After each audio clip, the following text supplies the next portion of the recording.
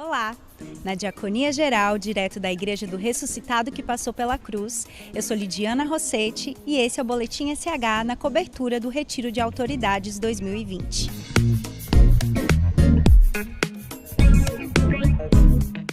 Encerrou hoje a primeira parte do Retiro de Serviços de Autoridade 2020 da Comunidade Shalom. Todas as manhãs tiveram motivações e pregações do fundador Moisés Azevedo. Na manhã de hoje, ele aprofundou o tema sobre a reparação das brechas e convidou toda a comunidade a fazer parte deste movimento. Esse retiro, onde todos os que estão participando exercem um certo serviço de autoridade, é um momento muito importante para a comunidade, porque por meio das circunstâncias e pela primeira vez a gente está fazendo ele de forma mais alargada. São mais de 1000 pessoas que estão participando. E o nosso desejo não é outro, a não ser fazer com que aquilo que a gente escutou como inspiração, como direção de Deus, possa como que contagiar o corpo da comunidade. Porque cada um daqueles que estão ouvindo, que estão participando, que estão rezando juntos, eles também estão sendo alcançados.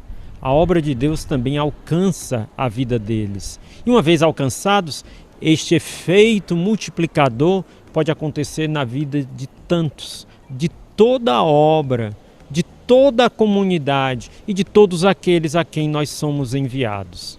Deus tem nos falado e o que Deus fala não pode ficar simplesmente na cabeça.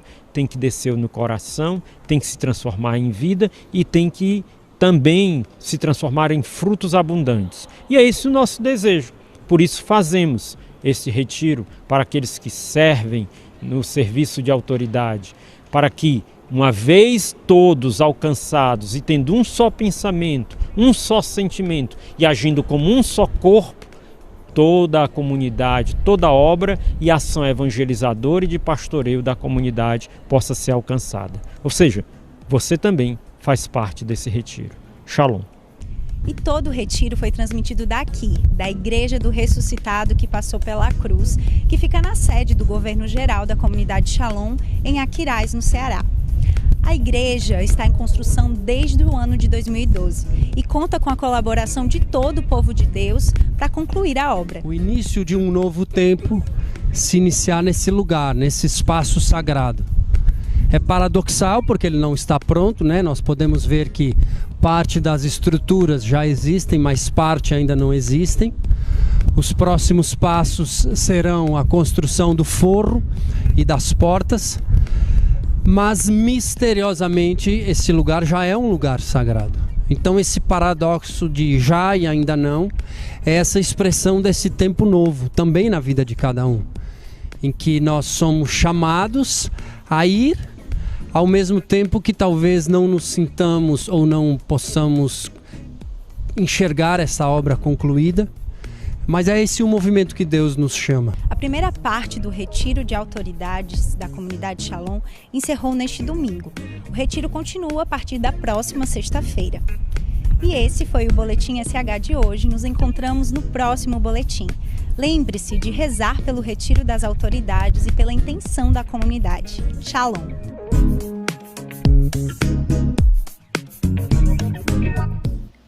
Leitura do Apocalipse de São João. Um anjo falou comigo e disse: Vem, vou mostrar-te a noiva, a esposa do Cordeiro. Então me levou em espírito a uma montanha grande e alta. Mostrou-me a cidade santa, Jerusalém, descendo do céu de junto de Deus, brilhando com a glória de Deus. Seu brilho era como de uma pedra preciosíssima, como o brilho de jaspe cristalino. Estava cercada por uma muralha maciça e alta, com 12 portas. Sobre as portas estavam 12 anjos, e nas portas estavam escritos os nomes das 12 tribos de Israel. Havia 3 portas do lado do oriente, 3 portas do lado norte, 3 portas do lado sul e 3 portas do lado do ocidente. A muralha da cidade tinha 12 alicerces, e sobre eles estavam escritos os nomes dos 12 apóstolos do Cordeiro. Palavra do Senhor. Graças a Deus. O Senhor esteja convosco. Ele está no meio de nós. Proclamação do Evangelho de Jesus Cristo segundo João. Glória a vós, Senhor. Filipe encontrou-se com Natanael e lhe disse: Encontramos aquele de quem Moisés escreveu na lei e também os profetas, Jesus de Nazaré, o filho de José. Natanael disse: De Nazaré pode sair coisa boa? Filipe respondeu: Vem ver. Jesus viu Natanael que vinha para ele e comentou: Aí vem um israelita de verdade, um homem sem falsidade. Natanael perguntou: De onde me conheces? Jesus respondeu: Antes que Filipe te chamasse, enquanto estavas debaixo da figueira, eu te vi. Natanael respondeu: Rabi, tu és o Filho de Deus, tu és o Rei de Israel. Jesus disse: Tu crês porque te disse, eu te vi debaixo da figueira? Coisas maiores que esta verás. E Jesus continuou: em verdade, eu vos digo, vereis o céu aberto e os anjos de Deus subindo e descendo sobre o Filho do Homem. Palavra da salvação. Glória a vós, Senhor. Então, o convite de Filipe a Natanael é: vem e vê. O convite de Jesus é exatamente este a todos nós: em mim vós podeis ver o meu Pai. Eu sou a revelação do Pai, e podeis assim crer no tempo novo, no reino novo que está vindo já em mim. Essa é a dinâmica da primeira parte do Evangelho de São João, que é a parte dos sinais, dos milagres. Como é essa dinâmica desse Evangelho? Jesus faz milagres e tem aqueles que vêm, veem e creem. Outros vêm, veem e não creem. E muitas vezes esses vão ser aqueles que estudaram mais a lei, os mestres da lei. Então, esse chamado aqui de um israelita, né, que crê, é paradigmático, é importantíssimo no início do Evangelho de São João. Jesus identifica, primeiro Filipe fala que Jesus veio de Nazaré. Muitas vezes, essa origem tão pobre e tão simples de Jesus, lá da Galileia, lá de Nazaré, para os mestres da lei, era um impedimento para crer. Inclusive, alguns acreditam que esse de Nazaré pode sair coisa boa, era já inclusive um provérbio da época. E daí, tantas vezes, Jesus ser anunciado como o Nazareno. Esse era um ponto de inflexão para aqueles que queriam crer ou não, porque ele de verdade era simples, um profeta simples que tinha vindo lá de Nazaré e que falava com muita autoridade. Ora, esse Jesus que revela o reino do Pai é Jesus que também conhece cada coração. Quando Filipe diz, vem ver, Jesus imediatamente fala a Natanael. Aí vem um israelita de verdade, um homem sem falsidade. Jesus conhecia o coração de Natanael. E Natanael diz, de onde me conheces? Antes que Filipe te chamasse, diz Jesus, enquanto estavas debaixo da figueira, eu te vi. É difícil interpretar esse debaixo da figueira, mas os exegetas, procurando, encontraram textos rabínicos, né, lá dos rabis de Israel, que mostrava que eles estudavam as escrituras debaixo da figueira. Então, o que é que quer significar esta frase? Ora, enquanto Natanael estava lendo a lei, estava procurando a Deus e não estava ficando na lei pela própria lei. Queria encontrar a Deus. Não fazia da lei um instrumento de poder, mas fazia da lei um instrumento de encontro com Deus. E é assim que Jesus disse: eu estava lá contigo. E assim Jesus revela a Natanael a sua divindade. Eu estava lá contigo, eu sou Deus. E Natanael imediatamente corresponde a essa ação divina de Jesus, que mostra o conhecimento do coração do homem. Natanael responde: Rabi, tu és o Filho de Deus, tu és o Rei de Israel. Esse trecho bíblico, meus irmãos, está a mostrar que é preciso muito pouco para que um verdadeiro israelita creia. Basta simplesmente o toque da graça de Deus e ele se rende. Esse povo que tinha sido preparado agora pode receber a revelação plena. Quem não vai aceitar Jesus durante os milagres, durante os sinais, no início do Evangelho de São João? Aqueles que não leem a lei de coração aberto, mas fazem dela instrumento para si mesmo. E Jesus diz: a partir desta tua adesão, tu crês simplesmente porque te disse, eu te vi debaixo da figueira. A partir dessa tua adesão, Natanael, coisas maiores que esta verás. E aqui mais um trecho um pouco enigmático, Em verdade, eu vos digo, vereis o céu aberto e os anjos de Deus subindo e descendo sobre o Filho do Homem. Ora, o Filho do Homem, Jesus de Nazaré, veio para trazer o céu para esta terra e levar esta terra ao céu.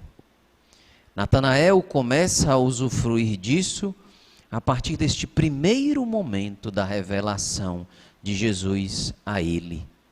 E assim ele começa a pertencer não mais ao reino desta terra, mas ao reino dos céus, que será plenificado, como nós vimos na primeira leitura no livro do Apocalipse. Vem, vou mostrar-te a noiva, a esposa do Cordeiro. Mostrou-me a cidade santa, Jerusalém, descendo do céu, de junto de Deus.